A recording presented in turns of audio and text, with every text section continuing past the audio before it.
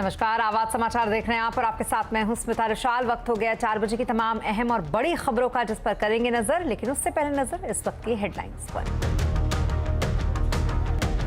Corona पर प्रधानमंत्री मोदी की बैठक शुरू। संसद में मास्क पहनने पर नजर आए पीएम मोदी समेत कई दिग्गज नेता। स्वास्थ्य मंत्री मंडाविया ने सबसे कोविड प्रोटोकॉल के पालन करने की अपील। कोरोना के नए वेरिएंट से बाजार में चिंता। मिड कैप स्मॉल कैप शेयरों में बिकवाली। सेंसेक्स 241 और निफ्टी 72 अंक गिरा। रियलिटी, ऑटो, पीएससी, मेटल शेयरों पर दबाव। आईटी शेयरों में हल्की बढ़त। रिलायंस रिटेल की एक और बड़ी shopping. Metro India cash and carry में 100% हिस्सेदारी खरीदने का किया करार। 2850 करोड़ रुपए में हुआ सौदा। अमेरिकी मदद चैरिटी नहीं, लोकतंत्र और ग्लोबल सिक्योरिटी में निवेश। अमेरिकी दौरे पर पहुंचे जेलेंस्की ने बाइडेन से मांगी और मदद। कहा कभी नहीं करेंगे सरेंडर। यूएस कांग्रेस में यूक्रेनी नेता का भव्य स्वागत। खबरों की शुरुआत कोरोना से, क्योंकि चीन, अमेरिका समेत दुनिया भर के कई देशों में कोरोना के बढ़ते मामलों ने फिर से चिंता बढ़ा दी है। इसे देखते हुए सरकार भी अब अलर्ट मोड पर आ गई है। संसद में कोरोना अलर्ट का असर दिखाई दिया। प्रधानमंत्री मोदी मास्क लगाकर संसद में पहुंचे। लोकसभा स्पीकर ओम बिरला और राज्यसभा के चेयरमैन जगदीप धनखड़ भी मास्क लगाए हुए नजर आए। ओम बिरला ने सभी सांसदों से कोरोना को लेकर सतर्कता बरतने की अपील की।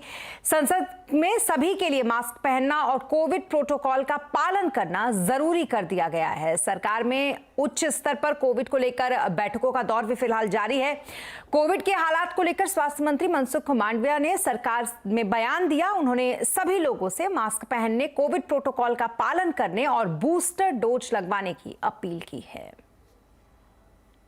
कोविड-19 के बदलते वेरिएंट से सार्वजनिक स्वास्थ्य के सामने जो चुनौतियां पैदा हो रही है, उस पर सरकार लगातार कदम उठा रही है।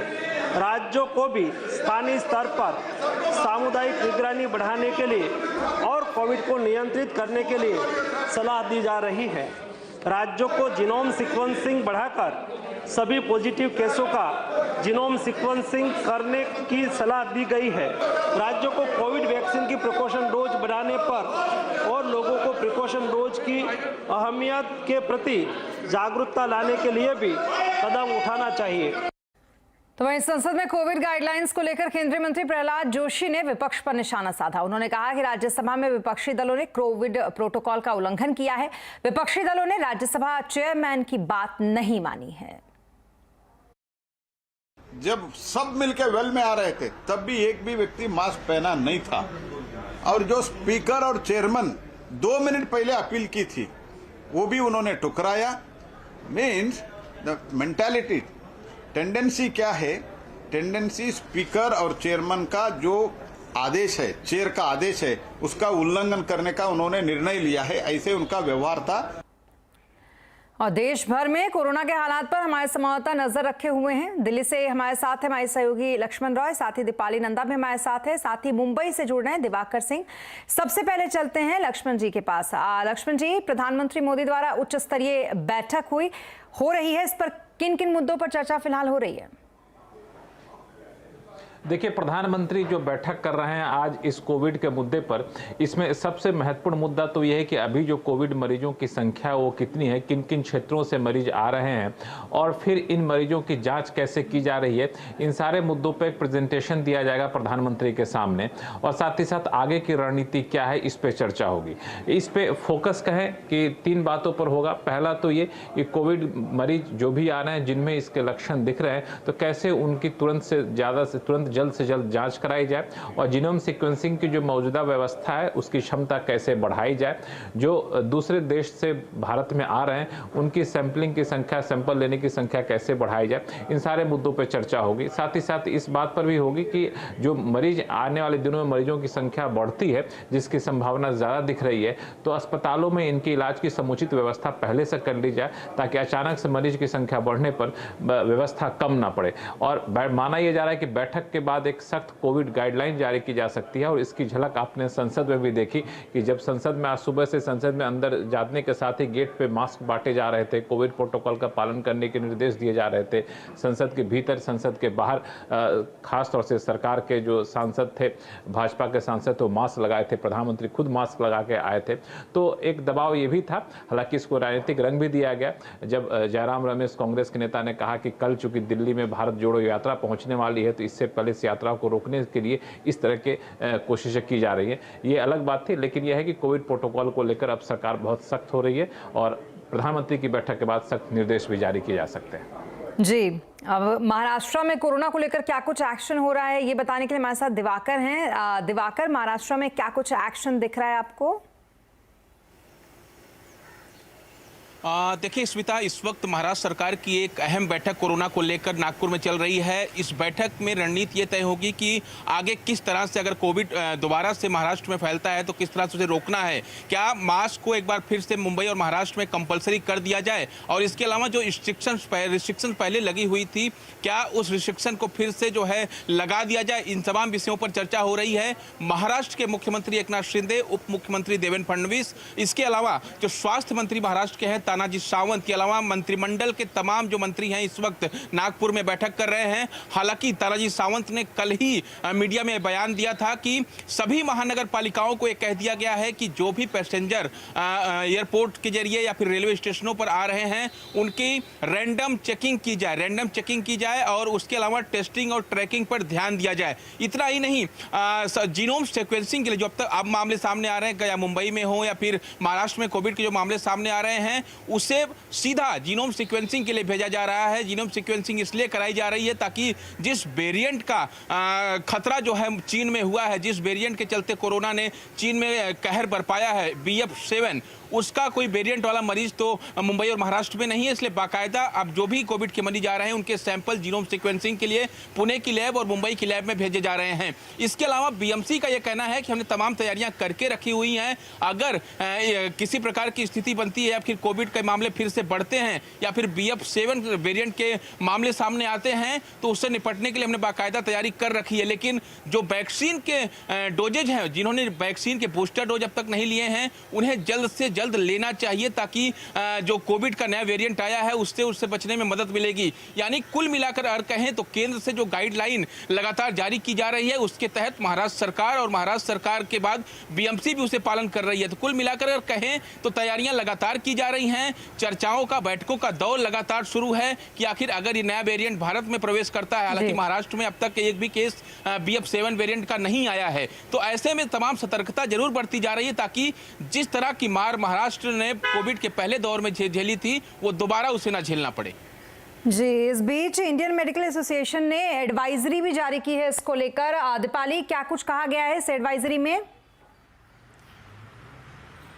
देखिए, इंडियन मेडिकल एसोसिएशन की तरफ से सरकार को ये कहा गया है कि मौजूदा वैश्विक स्तर पर जिस तरह से कोविड काफ़ी तेज़ी से अपने पांव पसार रहा है, उसी के मद्देनज़र देश में अब मेडिकल इंफ्रास्ट्रक्चर को फास्ट ट्रैक लाने की ज़रूरत है। ठीक उसी तरह से जिस तरह से हमने देखा था जब कोविड की पहली लहर आई थी, तब भी चीन में इसी तरह के हालात थे और उसके बाद भारत में चिंताजनक स्थिति पैदा हो गई थी। अभी की हालात की बात करें तो पिछले 24 घंटे में 145 नए मरीज मिले हैं और इन 145 में से 4 चाइनीज वेरिएंट के पाए गए हैं, जो कि BF.7 है, जो कि काफ़ी तेज़ी से म्यूटेट हो रहा है वैश्विक स्तर पर और अब इसने भारत में भी दस्तक दे दी है। यही चिंता की वजह है और इसी के चलते एडवाइजरी भी जारी की गई है। सबसे पहले यही कहा गया है कि आप कोविड एप्रोप्रिएट बिहेवियर का पालन ज़रूर करें, जिसमें खास तौर पर मास्क पहनकर जाएं और जितना हो सके भीड़ भाड़ वाली जगह पर जाने से बचें। जहां तक अंतर्राष्ट्रीय ट्रैवल का सवाल है, अगर बहुत ही ज़रूरी ना हो तो इससे भी बचे। साथ ही साथ ये भी कहा गया है कि सार्वजनिक मंच पर, चाहे वो राजनीतिक रैलियां हो या फिर दूसरी शादियां हो या फिर समारोह हो, ऐसे समारोह पर भी जाने से बचना चाहिए। तो एक बार फिर से चिंताजनक स्थिति यहाँ पर बनती हुई दिखाई दे रही है। केंद्र सरकार, राज्य सरकार और अब इंडियन मेडिकल एसोसिएशन की तरफ से भी सरकार को आगाह किया गया है कि आप मेडिकल इंफ्रास्ट्रक्चर, खास तौर पर जो कोविड के लिए ICU बेड्स की ज़रूरत है, ऑक्सीजन की ज़रूरत है, एम्बुलेंस की संख्या बढ़ाई जाए, तो मेडिकल इंफ्रास्ट्रक्चर को दुरुस्त किया जाए, ये कहा है इंडियन मेडिकल एसोसिएशन ने। और साथ ही साथ लोगों को ये एडवाइस किया है सोशल डिस्टेंसिंग बनाए, मास्क पहने, हैंड हाइजीन का पूरा ध्यान रखें। जी। बहुत शुक्रिया तमाम डिटेल्स के लिए आप सभी का, और साथ ही तमाम अपडेट के लिए भी।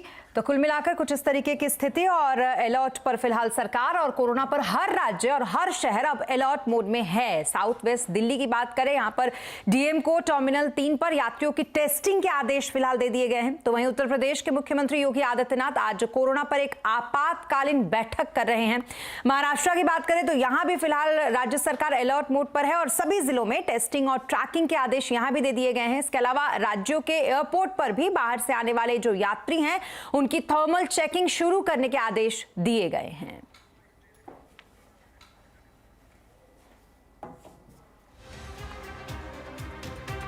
और देश में कोरोना को लेकर कैसे हैं हालात और इससे निपटने की कैसी है हमारी तैयारी, आज आवाज अड्डा में इसी पर करेंगे चर्चा शाम 7:57 पर।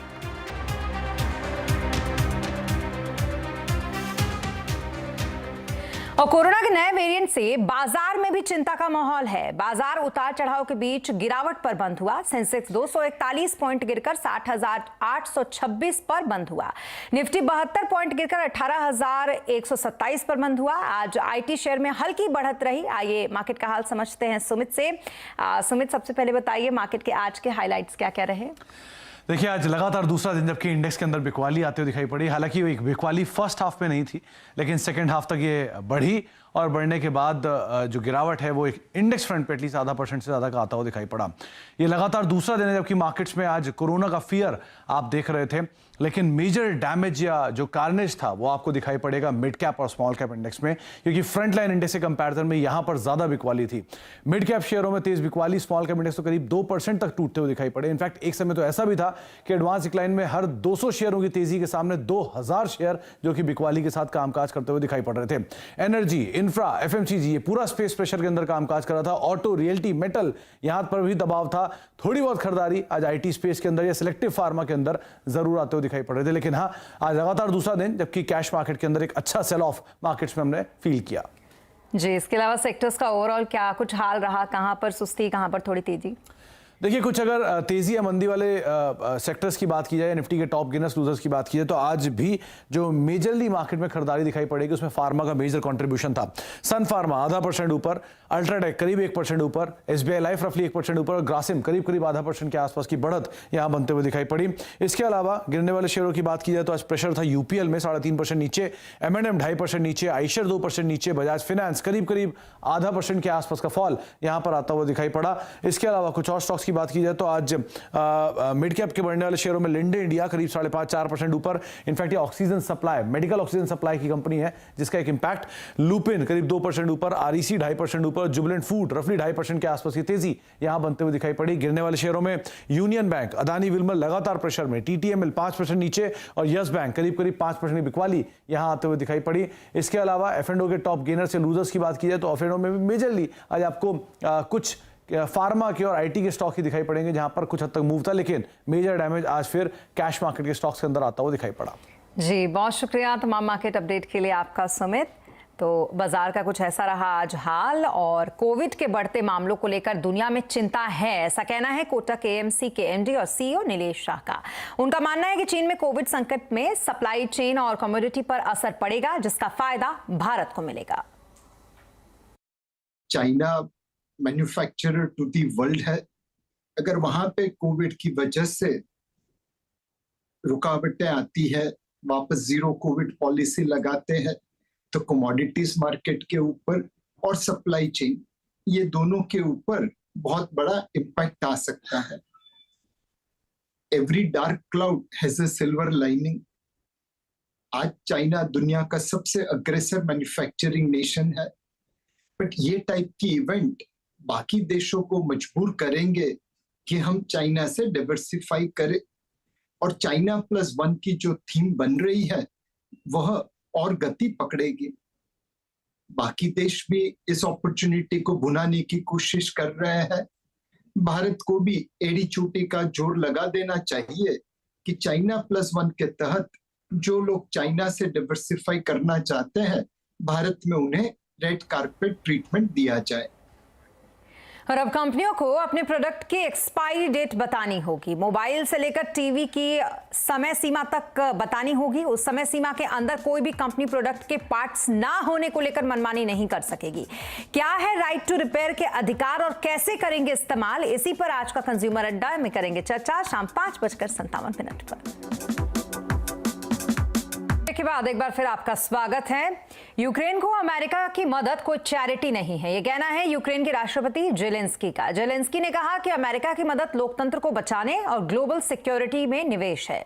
रूस से जंग के बीच अमेरिका के दौरे पर पहुंचे जेलेंस्की ने अमेरिकी संसद को अपने संबोधन से कहा कि यूक्रेन को जंग लड़ने के लिए अभी और मदद की जरूरत है। अमेरिकी कांग्रेस में दिग्गज नेताओं ने जेलेंस्की का गर्मजोशी से स्वागत किया।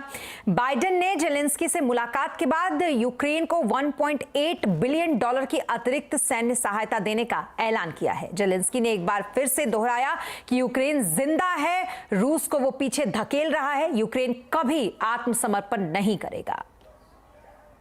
The battle is not only for life, freedom and security of Ukrainians or any other nation which Russia attempts to conquer.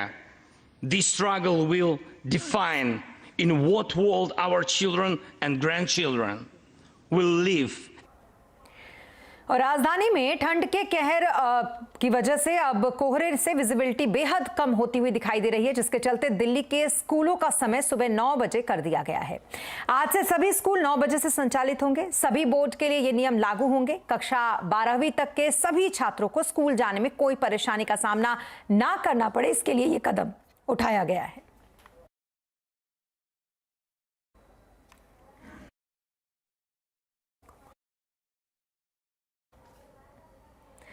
और सांता क्लॉज गिफ्ट बेल्स के त्योहार ने अब दस्तक दे दी है। क्रिसमस की रौनक अब बाजारों में भी देखते ही बन रही है। सांता आ रहे हैं और इसकी तैयारी भी शुरू हो गई है। गुजरात के एक मॉल के अंदर ही सांता का पूरा गांव बसा दिया गया है।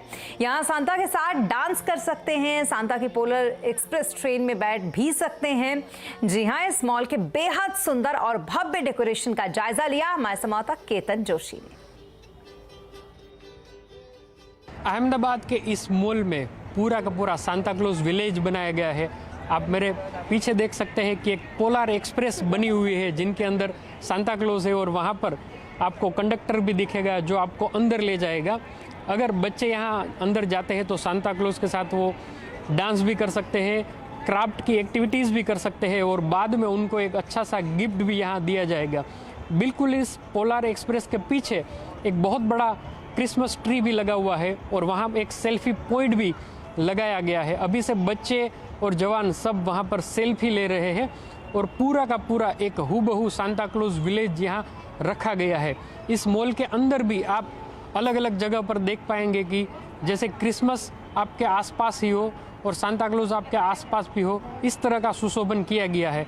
तो हम कह सकते हैं कि अहमदाबाद में जगह जगह पर इस तरह की एक पूरी सुशोभन की प्रक्रिया भी की गई है और अभी से मानो क्रिसमस आ गई हो और लोग अगले साल तक उसको याद कर पाए, इस तरह का आयोजन भी किया गया है। केतन जोशी, अहमदाबाद। और पूरी दुनिया को अपना दीवाना बनाने के बाद राजामौली की फिल्म RRR ऑस्कर में भी जगह बनानी इसने शुरू कर दी है। जी हाँ, SS राजामौली की फिल्म ऑस्कर के लिए शॉर्टलिस्टेड हुई है। फिल्म में नाटू नाटू ट्रैक को ऑस्कर में बेस्ट ओरिजिनल सॉन्ग कैटेगरी में चुना गया है।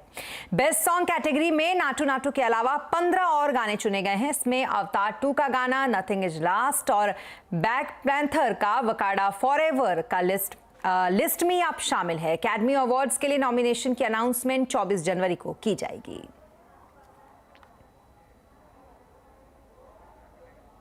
तो वहीं RRR